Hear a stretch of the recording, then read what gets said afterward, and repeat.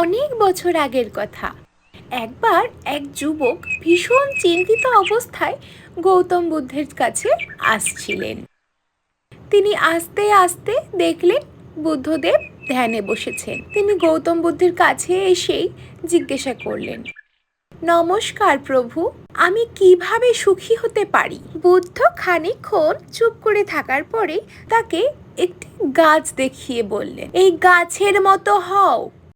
গাছ সবাইকে ছায়া দেয়, ফল দেয়, অথচ কিচ্ছু চায় না। যুবক বুঝতে পারল, সুখী হতে গেলে ভালোবাসা, দয়া আর নিঃস্বার্থভাবে অন্যের উপকার করতে হয়।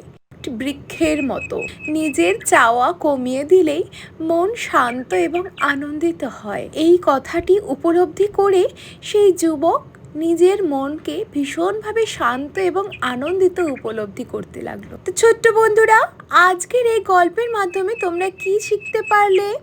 আজকের নীতি শিক্ষা হলো, নিঃস্বার্থভাবে ভালো কাজ করলে সত্যিকারের সুখ পাওয়া যায়।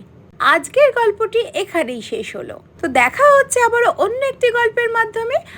এই রকম শিক্ষামূলক ভিডিও দেখার জন্য অবশ্যই চ্যানেলটিকে সাবস্ক্রাইব করে রেখো, আর তোমারই মতো খুদে বন্ধুদের সাথে অবশ্যই শেয়ার করো। টাটা।